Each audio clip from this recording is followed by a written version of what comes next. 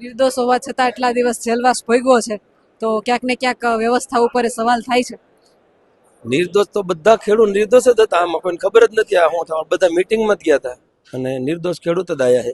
અને નથી ખબર એ તો બેઠા હતા. આવું કર્યું નથી તો શું થવાનું એમ. નિર્દોષને બધાને પૂરી દીધા. અ, જે રીતે લાઠીચાર્જ થયો, ખેડૂત એનો વળતો જવાબ કઈ રીતે આપશે?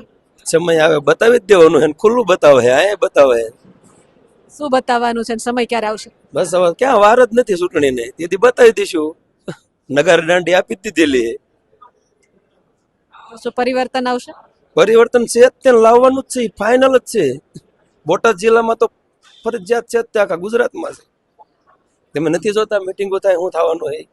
બોટાદથી કોણ ચૂંટણી લડશે આપમાંથી, તમને શું લાગે છે? મને તો કાંઈ મેડમ ખબર તમે નથી. કોને જોવા માંગો છો? અમે તો આ કેજરીવાલ ને જ જોવા માંગ્યું છે. આમ આદમી પાર્ટીને જ જોવા માંગ્યું છે. મુખ્યમંત્રી, મુખ્યમંત્રી ગોપાલ ઇટાલિયા તો હોય ને.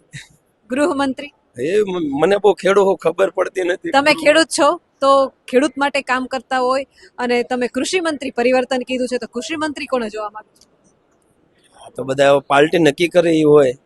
તો તમને કોઈ ચહેરો ગમતો તો હશે?